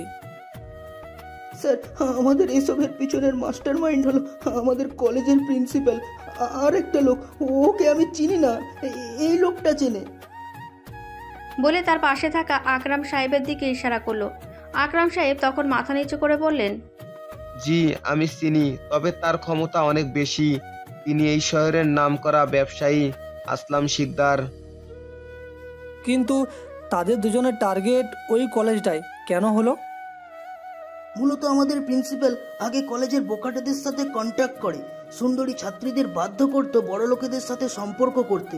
ঠিক সেই রকম একটা কাস্টমার ছিল ওই আসলাম শিকদার। এরপর তারা দুজন প্ল্যান করে এই পর্যন্ত আসে। আর কলেজের পিছনের ওই বিল্ডিংটার ভূতের কাহিনীটার কি হলো? ওইটা সম্পূর্ণ মিথ্যা একটা কাহিনী। প্রিন্সিপাল স্যার নিজেই এই নাটকটা সাজিয়েছিল যাতে ওই বিল্ডিং এর দিকে কেউ না যায়। কিন্তু এই ভাঙা বিল্ডিংটার কাজ কি? এই ভাঙা বিল্ডিংটাই ওদের কাছে হীরের খনি। দ্বিতীয় তলায় পুরোটা দামি দামি মাদকের কার্টুনে ভর্তি। পুরো দেশে তল্লাশি চালালেও শিক্ষা প্রতিষ্ঠান বলে এই বিল্ডিং এ জীবনেও তল্লাশি হয় না, আর তারা সেই সুযোগটাকেই কাজে লাগিয়েছে। রিফাত সব শুনে চুপ করে বসে রইল। ঠিক কতটা চালাক করে কেউ এমন প্ল্যান করতে পারে। তখনই তার হাই কমান্ডো থেকে ছায়াকে যেখানে আটকে রাখা হয়েছে সেখানকার লোকেশন চলে আসলো। রিফাত এক মুহূর্ত দেরি করলো না, তার কোমরে একটা পিস্তল গুঁজে নিয়ে সে বাইক স্টার্ট দিল। আগে থেকে ওখানে আশিক আর তার টিম পাহারায় আছে। রাত 12:15। বাইরের ভেতরে কয়েকজন মিলে আনন্দে মদ গিলছে, হাসাহাসি করছে। তারা নেশে এতটাই মত্ত যে বুঝতেও পারেনি বিপদ তাদের দিকেই এগিয়ে আসছে। ঠিক তখনই লাথি দিয়ে দরজা খুলে গেল। কালো পোশাক পরা এক যুবক এক লাফে ভেতরে ঢুকলো। জীবন চমকে তাকালো সেদিকে, এরপর ধমক দিয়ে বলল, এই কে তুই? কিন্তু বাক্য শেষ করার আগেই একটা শক্ত লাথি এসে তার মুখে পড়ল। সে উল্টে গিয়ে ধাক্কা খেলো দেওয়ালে। ঠিক তখনই শোনা গেল একের পর এক গুলি চালানোর শব্দ। রিফাত ভেতরে একাই এসেছে। অন্যদিকে জীবন, আফজাল এবং বাকি সবাই ভাড়া করা গুন্ডা, তারা সংখ্যায় মোট 10 জন। ওপরের তলায় 4 জন ছিল, তারা অনবরত গুলি করে যাচ্ছে। ওদিকে নিচে থাকা সবাই নেশা করছিল, তাই তাদের হাতে টেবিলের ওপর রাখা 2টা ছুরি ছাড়া কিছুই নেই। 2টা ছেলে ছুটে এসে রিফাতের ওপর ঝাঁপিয়ে পড়ল। একজনের হাতে একটা ছুরি ছিল। রিফাত সামনে থাকা টি টেবিলটা তুলে তাদের ওপর ছুঁড়ে মারল। তারা পড়ে যেতেই রিফাত নিজের কোমর থেকে বন্দুকটা বের করে জীবনের মাথায় ধরল। এটা দেখে সবাই ভয় পেয়ে গেল। রিফাত তখন বন্দুকের হাতল দিয়ে জীবনকে একটা আঘাত করে বসলো। বল, মেয়েগুলোকে কোথায় আটকে রেখেছিস? উপরের তালায় একটা রুমে সবাইকে একসাথে রাখা আছে, প্লিজ আমাকে ছেড়ে দাও। রিফাত তখন তাকে ধাক্কা দিয়ে মাটিতে ফেলে উপরে যেতে লাগলো। গিয়ে রুমটার দরজা খুলে ভেতরে ঢুকলো। ভেতরে ঢুকতে দেখলো অনেক মেয়েকে আটকে রাখা হয়েছে। তখন হঠাৎ একটা আওয়াজ তার কানে আসলো, রিফাত, আমাকে বাঁচাও এখানে। ছায়ার কণ্ঠ শুনে রিফাত দ্রুত তার কাছে ছুটে গেল। এরপর ছায়ার হাতের বাঁধন খুলে দিল। ছায়া কাঁপা কাঁপা গলায় জিজ্ঞেস করলো, তুমি তুমি কিভাবে এখানে এলে? আমি তোমাদেরকে বাঁচাতে এসেছি। কথা না বলে সবাই তাড়াতাড়ি বাইরে বেরিয়ে এসো। রিফাত ফোন বের করে কাউকে মেসেজ করলো। এরপর সব মেয়েদেরকে নিয়ে বাইরে বেরোলো। ঠিক তখনই ফরহাদ সাহেবের নেতৃত্বে আশিক আর তার টিম ভেতরে ঢুকে পড়লো। তারা ভেতরে এসে সব অপরাধীকে হাতকড়া পরালো। মেয়েগুলো এখনও এসব বিশ্বাস করতে পারছে না, তারা আতঙ্কে কান্নাকাটি করছিল। ফরহাদ সাহেব রিফাতের কাছে এগিয়ে এসে বললেন, ভালো কাজ করেছো রিফাত, এই অপারেশন সফল হয়েছে। এখন আসল অপরাধীদের যতদূর সম্ভব আটক করে রাখতে হবে। জি স্যার, 2 থেকে 3 দিনের ভেতরেই এদের খেলার সমাপ্তি হবে। সব ঠিক আছে, কিন্তু তুমি বেশি ঝুঁকি নিচ্ছ। আশিক বলল, একাই বা কিভাবে চলে আসছিলে? এতটা ঝুঁকি নিলে কিভাবে হবে? আমার কাজটাই তো এটা স্যার। আমি জানি, কিন্তু আমাদের আসল শত্রু এখনো ধরা পড়েনি, তাই এতটা রিস্ক নেওয়া উচিত হয়নি। রিফাত কিছু বলল না। তার চোখ গেল ছায়ার দিকে। ছায়া একটু দূরে দাঁড়িয়েছিল, কিন্তু তার চোখ ছিল রিফাতের দিকেই। তবে সেই চোখে আগের মতো রাগ নেই। আজ যেন রাগী চোখটা কৌতূহল দখল করে নিয়েছে। রিফাত মনে মনে ভাবল, ছায়া কি তাকে সন্দেহ করছে? করলেই বাকি, সেই তো ছায়াকে একদিন সত্যিটা জানতেই হবে। রিফাত এসে ছায়ার পাশে দাঁড়ালো। দুজনেই কিছুক্ষণ চুপচাপ ছিল। তারপর ছায়াই প্রথম মুখ খুলল। সত্যি করে বলো, তুমি এখানে কিভাবে এলে? রিফাত হালকা হাসি দিয়ে বলল, শুনলাম তুমি সমস্যায় পড়েছ, তাই ভাবলাম একটু হিরোইজম দেখাই। তোমার সম্পর্কে আমি যতটুকু জানি তাতে তুমি তো এরকম না। আর আমি যে এখানে আটকে আছি সেটা জানলে কি করে? তুমি কি আমাদের থেকে কিছু লুকাচ্ছ? সব বদলায় ছায়া, আর কিছু কিছু জিনিস গোপন রাখতে হয়। সময়ের আগে সব জেনে ফেললে তো সমস্যা। ছায়া এবার পুরোপুরি নিশ্চিত এই ছেলের মধ্যে আসলেই কিছু একটা রহস্য আছে, কিন্তু সেটা কি ছায়া এখনও বুঝতে পারছে না। ছায়া আর কিছু না বলে ফরহাদ সাহেবের ঠিক করে দেওয়া গাড়িতে করে বাসায় ফিরে গেল। আর রিফাত বাকি অফিসারদের সাথে চলে গেল। ওদিকে রাতের বেলা শহরের এক অভিজাত এলাকায় প্রিন্সিপালের বাসার দরজায় জোরে ধাক্কা দিচ্ছিল কেউ একজন। তিনি বিরক্ত হয়ে দরজা খুলে দিতেই তার বিজনেস পার্টনারকে দেখলেন। লোকটা কাঁপা কাঁপা গলায় বলল, সব শেষ বন্ধু, সব শেষ। একটু আগে খবর এসেছে আমাদের আস্তানায় সিআইডি টিম আক্রমণ করেছে, সব লোকজনকে ধরা পড়ে গেছে। প্রিন্সিপাল তখন আসলাম শিকদারকে নিয়ে ভেতরে গেল। এরপর চেয়ার টেনে বসলো। সিগারেটের ধোঁয়া ছেড়ে সে নিচু স্বরে বলল, ওরা ধরা পড়েছে তো কি হয়েছে, আমরা তো ধরা পড়িনি।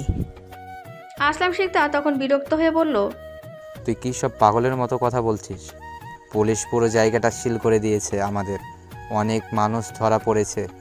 ওরা যদি সব বলে দেয় আমাদের এতদিনের কিডন্যাপ করে আনা সব মেয়েগুলো তো ছাড়া পেয়ে গেল। প্রিন্সিপাল এবার ধীরে ধীরে জানলার দিকে গেল। তার সামনে পুরো শহরটা যেন অন্ধকারে হারিয়ে গেছে। সে ধীরে ধীরে বলে উঠল, একটা ছেলে এই পুরো প্ল্যানটা ভেস্তে দিল, তাই না? সেটাই তো, ওই ছেলেটাকে আমার কাছে খবর আসলো একটা ছেলেই নাকি সব করেছে। প্রিন্সিপাল এবার একটা মৃদু হাসি দিল। এরপর হাত শক্ত করে ভয়ঙ্কর গলায় বলল, রিফাত, ওই ছেলেটার নাম রিফাত। আমার কলেজে আমার সামনে ছদ্মবেশী নিয়ে ঘুরে বেড়াচ্ছিল। ওই স্পেশাল ব্রাঞ্চের ইনভেস্টিগেশন অফিসার। কিন্তু তার পরিচয় জানতে জানতে তো বেশ দেরি হয়ে গেছে। এখন কি করব? আমরা পালাতে গেলে নিশ্চয় ধরা পড়ব। আমরা ধ্বংস হওয়ার আগে তাকে ধ্বংস করে দিতে হবে। যে আমাদের পথে বাধা হয়ে দাঁড়ায় তাকে শেষ করে দিতেই হয়। কিন্তু ওকে আমরা শেষ করব কি করে? আমি সব প্ল্যান সাজিয়ে ফেলেছি, চল আমার সাথে তাড়াতাড়ি। এত রাতে কোথায় যাব? সেটা গেলেই দেখতে পাবি। বলে সে দ্রুত বাসা থেকে বের হয়ে গাড়িতে উঠল। তার পাশে আসলাম সাহেবও এসে বসলেন। গাড়ি ছুটে চলল হাওয়ার গতিতে এবং গভীর রাতে একটা নির্জল বিল্ডিংয়ের ভেতরে ঢুকে পড়ল তারা। অন্ধকার ঘরের কোণায় বসেছিল একজন মানুষ। মাথায় লম্বা চুল, দেখতে বেশ ভয়ঙ্কর। সিগারেট ধরিয়ে ধোয়া ছেড়ে লোকটা গম্ভীর কণ্ঠে প্রশ্ন করল, আবার কোন বিপদে পড়েছো প্রিন্সিপাল? কাকে শেষ করতে হবে? আসলে হয়েছেটা কি? আসল নকল বাদ দাও, মূল কথায় আসো। আমি জানি বিপদে না পড়লে তুমি ওই সিরিয়াল কিলার রাজার কাছে আসতে না।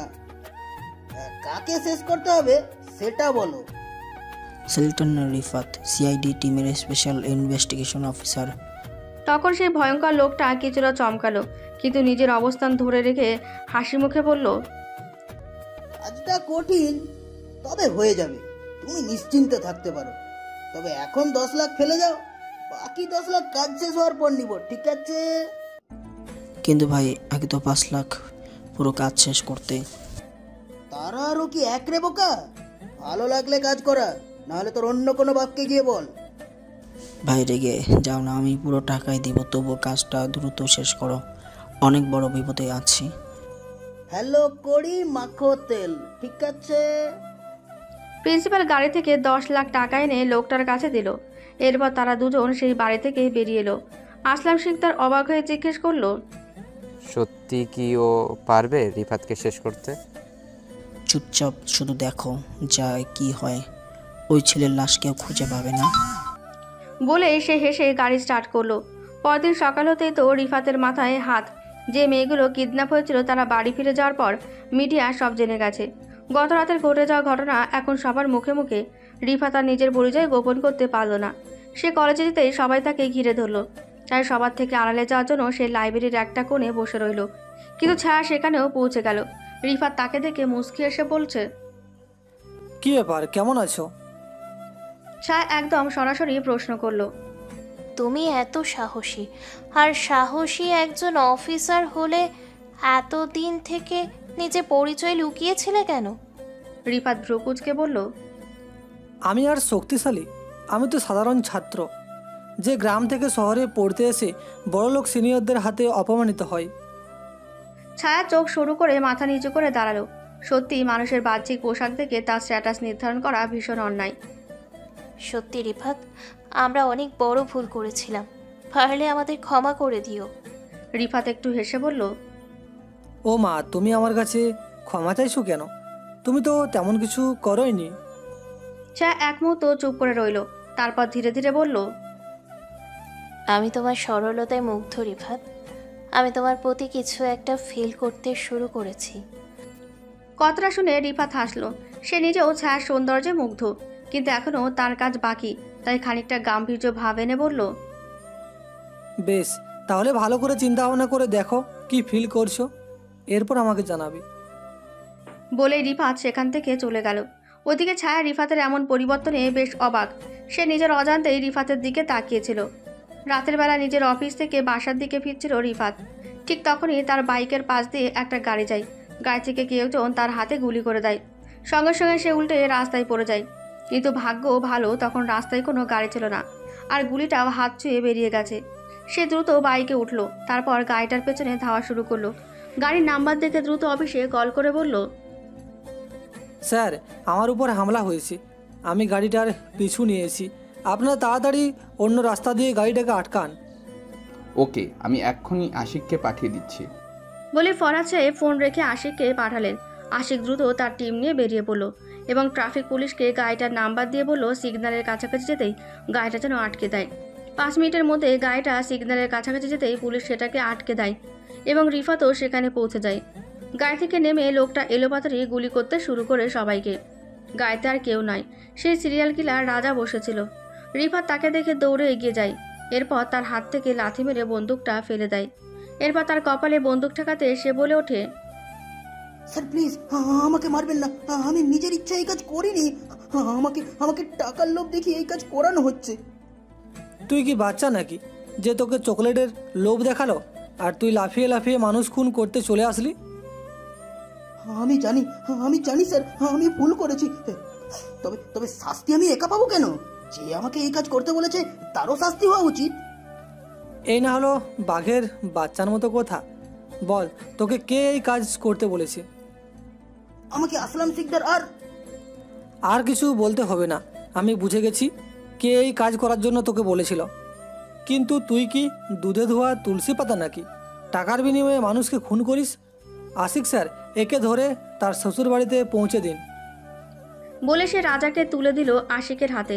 এরপর বাইক নিয়ে সে নিজের বাসার দিকে রওনা হলো। পরের দিন সকালে রিফাত হাতে ব্যান্ডেজ নিয়ে কলেজের লাইব্রেরিতে বসেছিল।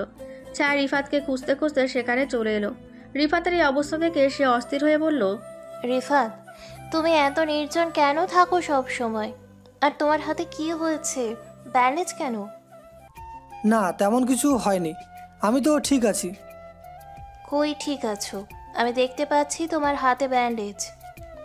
দূর, এসব বাদ দাও তো, চলো তোমার সাথে কফি খেয়ে আসি। বলে রিফাত উঠে ক্যান্টিনের দিকে যেতে লাগলো। ছায়া তার পেছন পেছন গিয়ে বসলো। রিফাত কফি অর্ডার করে ছায়ার দিকে তাকিয়ে বলল, বুঝলাম না, আজকাল তোমার আমার প্রতি এত ইন্টারেস্ট কেন? আর তোমার বান্ধবীরা কোথায়? ওরা তো আছেই, কিন্তু তুমি আমার কাছে একটু স্পেশাল। স্পেশাল? তাও আমি হাসালে তুমি। কেন? এখানে হাসির কি বললাম আমি? কলেজের সবচেয়ে সুন্দরী মেয়ে যে তার ফ্রেন্ড গ্রুপ ছাড়া কোথাও যায় না, পার্টি করা যার নেশা, সে যদি এভাবে সামনে বসে নর্মালি কথা বলে তাহলে তো একটু অবাক হতেই হয়, তাই না?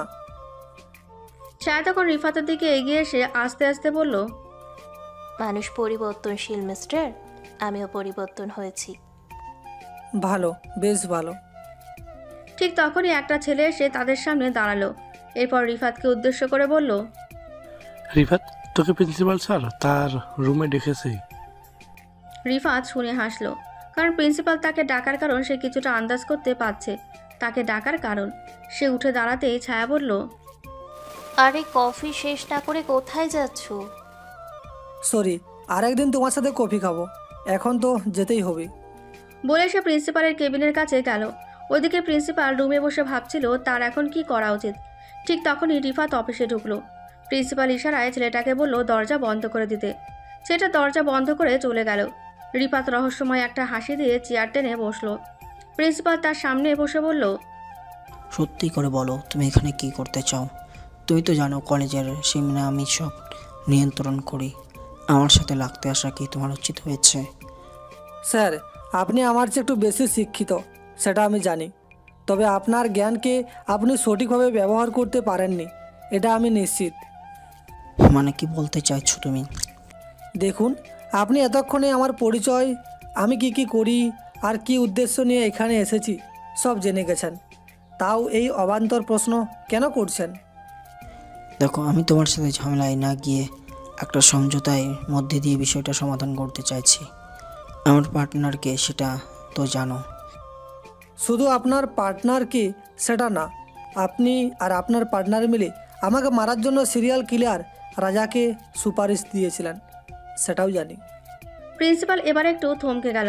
রিফাত টেবিল থেকে একটা কলম হাতে উঠে সেটা ঘোরাতে ঘোরাতে বলল, তবে আফসোস কি জানেন, আপনার দেওয়া কাজ করতে তো ওই ভাড়া করা গুন্ডা পারেইনি, উল্টো আপনার বিরুদ্ধে আমাদের কাছে আরেকটা সাক্ষী বেড়েছে। আর কথাটা শেষ করতে পারেনি, দরজায় টোকা পড়ল। প্রিন্সিপাল উঠে গিয়ে দরজা খুলে দিতেই আসলাম শিকদার রুমে প্রবেশ করলো।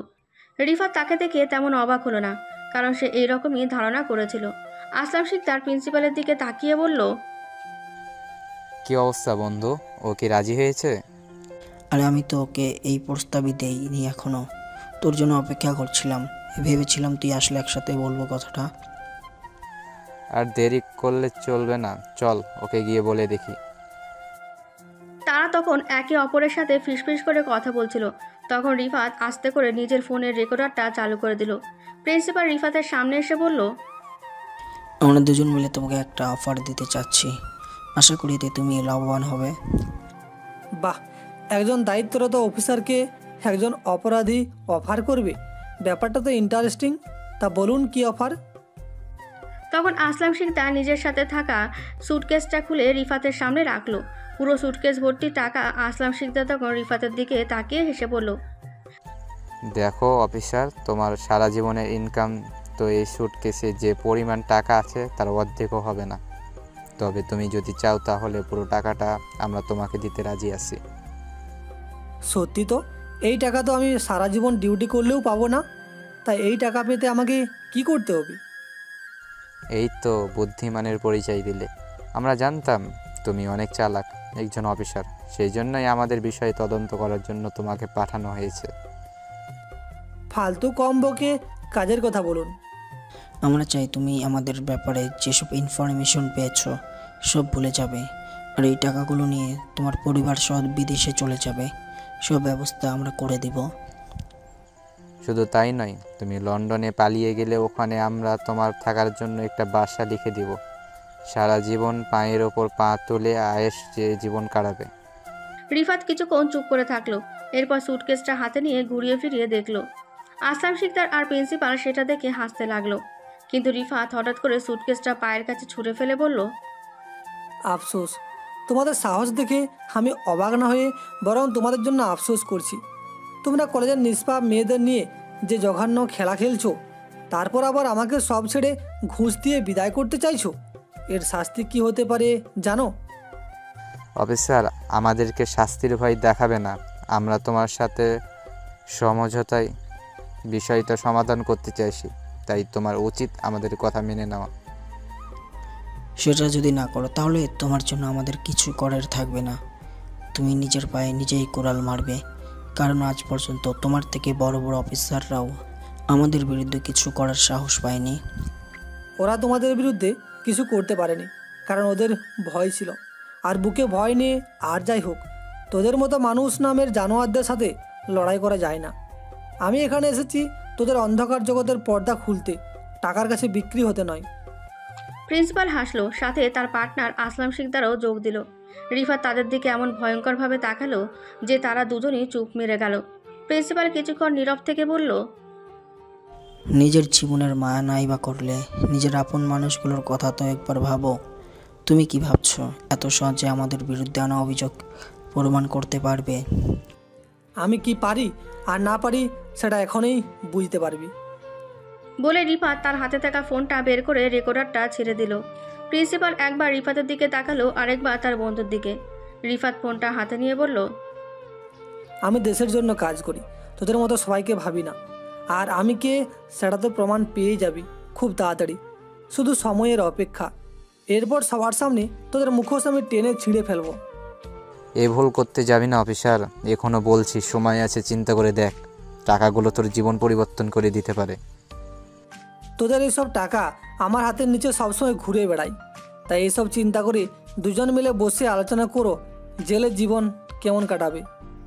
বলে সে দরজার কাছে গিয়ে একবার দুজনের দিকে তাকালো, এরপর বেরিয়ে গেল। প্রিন্সিপাল তখন রেগে টেবিলে সব কিছু ছুঁড়ে ফেলতে লাগলো। ওই ফকিনের বাচ্চার এত সাহস আমাকে হুমকি দেয়। ওকে যদি আমি শেষ করতে না পারি তাহলে আমার শান্তি নেই। আমরা আজ পর্যন্ত কারো কাছে মাথা নত করিনি, ওর কাছে করেছিলাম, কিন্তু সে এটাকে ইগনোর করে অনেক বড় ভুল করেছে।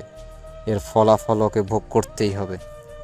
ওদিকে রিফাতকে প্রিন্সিপালের রুম থেকে রেগে বের হতে দেখে ছায়া দৌড়ে এসে বলল, কি হলো রিফাত, স্যার তোমাকে কি বললেন আর তুমি রেগে আছো কেন? সব কথা তোমাকে বলা যাবে না, এখন বাসায় যাও, আমাকে একটা কাজে বের হতে হবে। আমার কথাটা শোনো। যেটা বললাম সেটা করো, নাহলে থাপ্পড় দিয়ে গা লাল করে দিব। ছায়া আর কিছু বলল না। রিফাত রেগে সেখান থেকে চলে গেল। রাত তখন 11টা। সিআইডি টিমের সবাই মিটিংয়ে বসে আছে। তখন এসিপি স্যার রিফাতের দিকে তাকিয়ে বললেন, এই প্রিন্সিপাল আর আকসাম শিকদারকে যত বাইরে রাখা হবে তাই আমাদের জন্য বিপদ ডেকে আনবে। তাই কালকের মধ্যেই ওদেরকে গ্রেপ্তার করতে হবে। কিন্তু স্যার, তাদেরকে গ্রেফতার করলে কি সব সমস্যার সমাধান হয়ে যাবে? তাদের বিরুদ্ধে উপযুক্ত দরকার।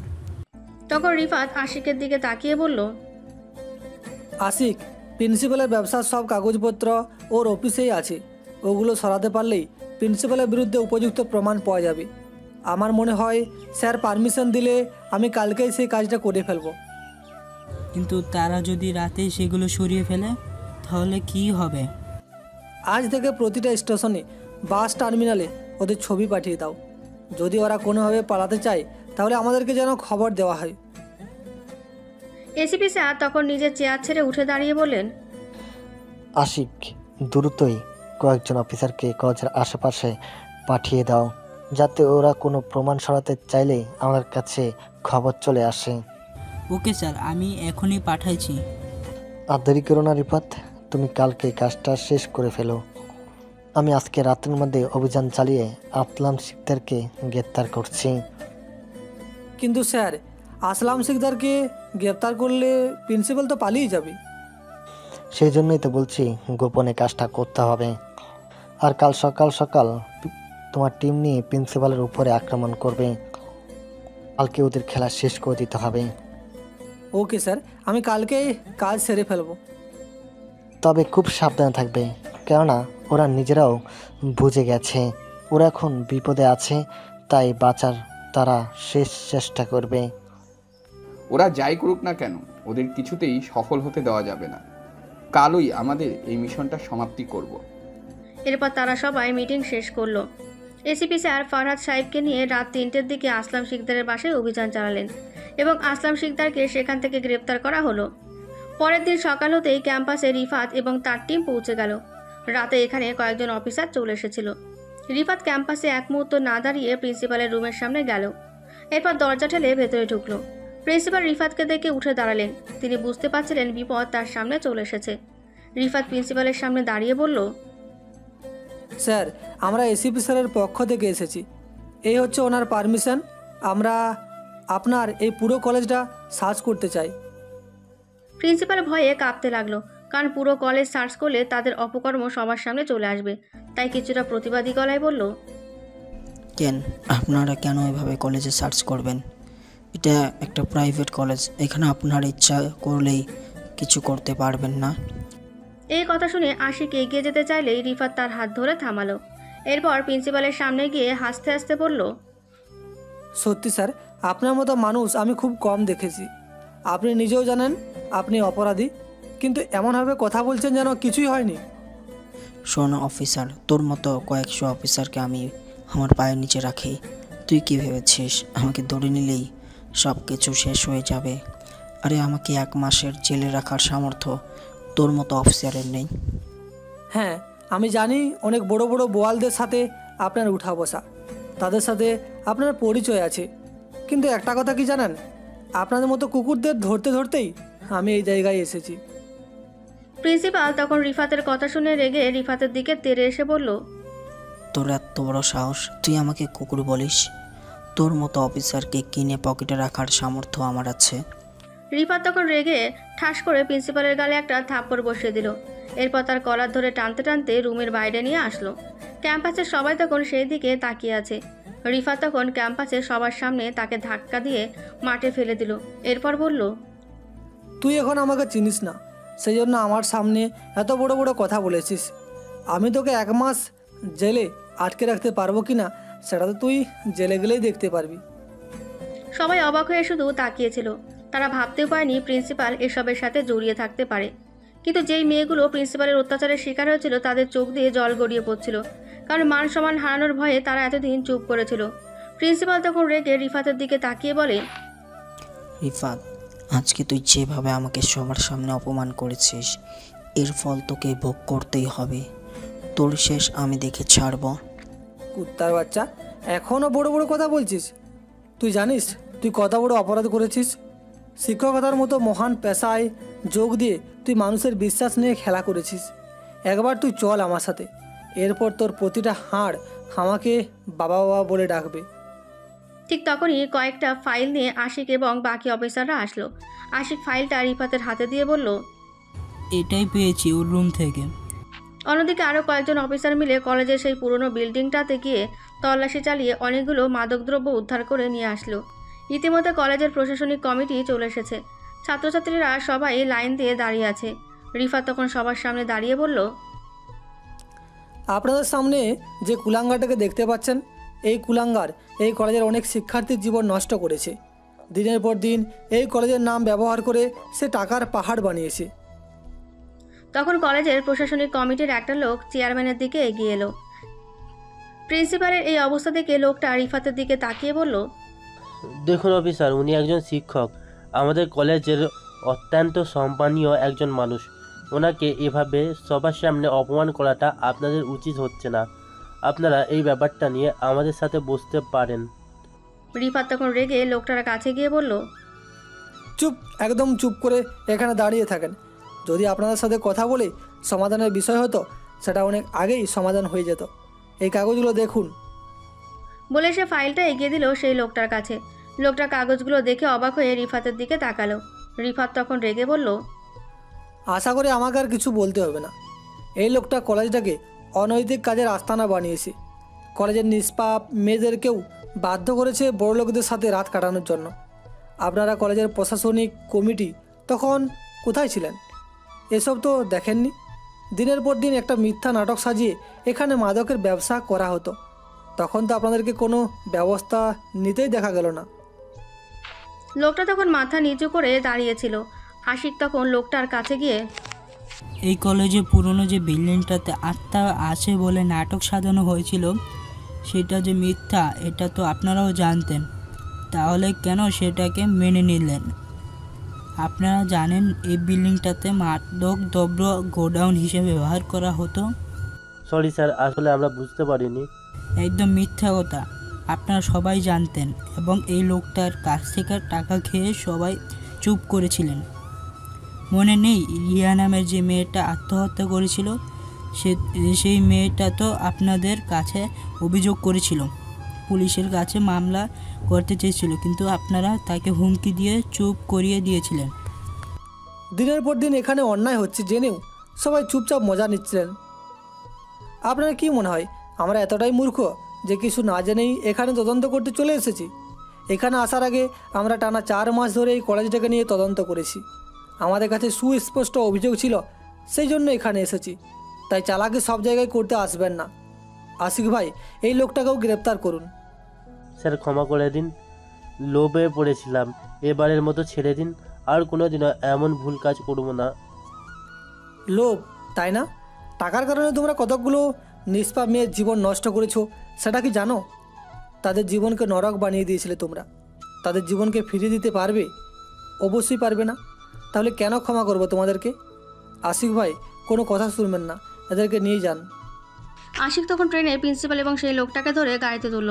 তখন প্রিন্সিপাল রিফাতের দিকে তাকিয়ে রেগে বলল, তুই এটা একদম ঠিক করলি না অফিসার, এর ফল তোকে ভোগ করতেই হবে। তুই কি ভাবছিস আমাকে জেলে আটকে রাখবি? পারবি না। আমি বের হয়ে তোকে পুড়িয়ে মারব। আগে তো বের হয়ে দেখা, এরপর আমাকে মারবি। আশিক তাদের দুজনকে ধরে নিয়ে গেল। রিফাতের দিকে তখন কলেজের সব ছাত্রছাত্রীরা তাকিয়েছিল। রিফাত তখন তাদের দিকে তাকিয়ে বলল, এই কলেজ আপনাদের, এখানে আপনারা যেভাবে চাইবেন সেইভাবেই সব চলবে। তাই আজ থেকে যেই অন্যায় করুক না কেন তার বিরুদ্ধে অভিযোগ করবেন। অবশ্যই তাকে শাস্তির আওতায় নিয়ে আসা হবে, তবে আইন নিজেদের হাতে তুলে নেবেন না। সবাই ভালো থাকবেন। বলে সে সবাইকে বিদায় জানিয়ে চলে গেল। ইতিমধ্যে বিডিআই নিউজ চলে গেল। সবাই রিফাতের সাহসিকতার প্রশংসা করছিল। রিফাত সব ছেড়ে নিজের বাসায় ঢুকতেই তার বাবা পথ আটকে বললেন, তুমি যদি ভেবে থাকো তোমার এইসব সফলতা দেখে আমি শান্ত হয়ে বসে থাকবো, তাহলে ভুল করছো। আমাদের চাওয়া পূরণ না হওয়া পর্যন্ত আমি কিছুতেই থামবো না। হ্যাঁ, তোর বাবা একদম ঠিক কথা বলেছে। আর কতদিন আমাদেরকে এভাবে অপেক্ষা করাবি? বলেছিস তো ওই মিশনটা শেষ হয়ে গেলেই বিয়ে করবি। এখন কি আমরা মেয়ে দেখা শুরু করব? আরে মা, এই মিশনটা শেষ হওয়ার পর বিয়ে করব বলেছিলাম। সবে আজ সব কিছু শেষ করে বাসায় ফিরলাম, এর মধ্যেই তোমরা মেয়ে দেখা শুরু করে দিবে? একটু অপেক্ষা করো, দেখবে মেয়ের বাড়ি থেকে তোমার বাসায় প্রস্তাব আসবে। মানে কি বলছিস তুই? যেটা বলছি সেটাই। আমি যখন কথা দিয়েছি বিয়ে করব, তাহলে সে কথা রাখবো। তোমরা শুধু অপেক্ষা করো, খুব শীঘ্রই মেয়ের বাসা থেকে বিয়ের প্রস্তাব আসবে। বলে রিফাত তার রুমে চলে গেল। রিফাতের মা তখন রিফাতের বাবার দিকে তাকিয়ে বলল, ও কি বলে গেল, তুমি কিছু বুঝলে? কি বুঝবো? আবার আমাদেরকে টুপি পরানোর চেষ্টা করছো? তবে আমিও সিদ্ধান্ত নিয়েছি, আমি এবার ওর বিয়ে দিয়েই ছাড়বো। ওদিকে ছায়া এখন জানে যে রিফাত শুধু একজন সাধারণ সিআইডি অফিসার নয়, বরং একজন সত্যিকারের ভালো মানুষ। প্রিন্সিপালের এমন কুকর্মের প্রকাশের পর সবাই রিফাতকে নিয়ে মাতামাতি করছিল। এদিকে এই কয়েকদিনে ছায়া রিফাতের প্রতি গভীরভাবে আসক্ত হয়ে পড়েছে। তার মনে রিফাতের জন্য যে দুর্বলতার সৃষ্টি হয়েছিল সেটা এখন ভালোবাসায় রূপ নিয়েছে। সে সিদ্ধান্ত নিল রিফাতকে সেটা সরাসরি বলবে, কিন্তু রিফাতকে সে পাবে কোথায়? মিশন শেষ অপরাধীও ধরা পড়ে গেছে, এখন তো রিফাত আর কলেজে আসবে না। ছায়া পরের দিন ক্যাম্পাসে বসে আনমনে নিজের মনের সাথে যুদ্ধ চলছিল। তখন হঠাৎ দেখলো সামনে রিফাত দাঁড়িয়ে আছে। সে অবাক হয়ে তাকালো, এরপর জিজ্ঞেস করলো, রিফা তুমি এখানে? হ্যাঁ, কেন আসতে পারি না নাকি? না সেটা নয়, তোমার তো কাজ শেষ, সেই জন্য বললাম। হ্যাঁ, কাজ শেষ, তবে এই কয়েকদিনে এখানকার প্রতি একটা মায়া জন্মে গেছে, তাই ভাবলাম একটু দেখে যাই। শুধু এখানকার জায়গার প্রতি না, মানুষের প্রতিও মায়া জন্মেছে? বলতে পারো সেরকমই। তা সেই ভাগ্যবতী নারীকে যার প্রতি তোমার মতো এত যোগ্যতা সম্পন্ন অফিসারের মায়া জন্মালো? মায়া জন্মালেই সেটা যে নারীর প্রতি জন্মাবে এমন তো কথা নেই। আমার এখানকার সবার প্রতি এই মায়া জন্মেছে। এই কথা শুনে ছায়া উঠে দাঁড়ালো। এরপর রিফাতের হাতটা শক্ত করে জড়িয়ে ধরে বলল, রিফাত তুমি বলেছিলে না ভেবে দেখবে আমি তোমাকে নিয়ে কি ফিল করি? বলেছিলাম হয়তো। আমি ভেবেছি, আর আমার মন একটাই উত্তর দিয়েছে, সেটা হলো তুমিই একমাত্র মানুষ যার সাথে পুরোটা জীবন কাটিয়ে দেওয়া যায় নিঃসন্দেহে। মানে কি বলছো তুমি? বুঝেও না বোঝার ভান করো না রিফাত, আমি সত্যি বলছি, আমি তোমাকে এই কয়দিনে প্রচণ্ড পরিমাণে ভালোবেসে ফেলেছি। রিফাত ছায়ার কথা শুনে ছায়ার দিকে তাকালো। এরপর কিছুক্ষণ চুপ করে ছায়াকে দেখলো। মেয়েটা অসহায় দৃষ্টিতে তার উত্তরের অপেক্ষা করছে। রিফাত তখন মুচকি এসে বলল, ছায়া, আমি বুঝতে পারছি তুমি আমাকে ভালোবাসো, তবে আমি প্রেম ভালোবাসায় জড়াতে চাই না। আমি সরাসরি বিয়ে করতে চাই। এখন তোমার ইচ্ছা, তুমি কি আমাকে বিয়ে করতে পারবে? ছায়া অবাক হলো। সে ভাবতেও পারেনি রিফাত এমন কিছু বলবে। সে খুশি হয়ে রিফাতকে জড়িয়ে ধরে বলল, অবশ্যই বিয়ে করব। আমি আজই বাবাকে গিয়ে তোমার কথা বলবো, কিন্তু তোমার ফ্যামিলির সাথে যোগাযোগ করব কি করে? তুমি শুধু বলে দিবে যে আশফাক সাহেবের ছেলে রিফাতকে ভালোবাসো, এরপর তোমার বাবাই খুঁজে বের করতে পারবে। উফ, আমি ভাবতেই পারছি না, তোমাকে সহজে পেয়ে যাচ্ছি। এত খুশি হয়েও না, আগে তোমার বাবাকে গিয়ে রাজি করাও। ছায়া রিফাতের কাছ থেকে বিদায় নিয়ে তার বাবার অফিসে চলে গেল। ছায়াকে এই সময় অফিসে দেখে আরিফ চৌধুরী বেশ অবাক হয়ে বললেন, মামনি, তুমি এই সময় অফিসে, কোনো দরকার? বাবা, আমি তোমার কাছে একটা জিনিস চাইতে এসেছি। কি বলো মামনি, বলো কি চাও, বাবা তোমার জন্য সব করতে পারবো। বাবা, আমি একটা ছেলেকে ভালোবাসি, তাকে বিয়ে করতে চাই। আরিফ সাহেব চমকে গিয়ে মেয়ের দিকে তাকালেন। তার ভয় হতে শুরু করলো, তার মেয়ে কোন ছেলেকে পছন্দ করলো, কিন্তু সব গোপন করে তিনি হাসি মুখে বললেন, ভালোবাসো, খুব ভালো কথা। ছেলেটার পরিচয় কি আর সে কি করে? বাবা, ও একজন সিআইডি অফিসার, ওর বাবার নাম আশফাক আহমেদ। আরিফ সাহেব আবারও অবাক হলেন। কৌতূহল নিয়ে জিজ্ঞাসা করলেন, ছেলেটার নাম কি রিফাত?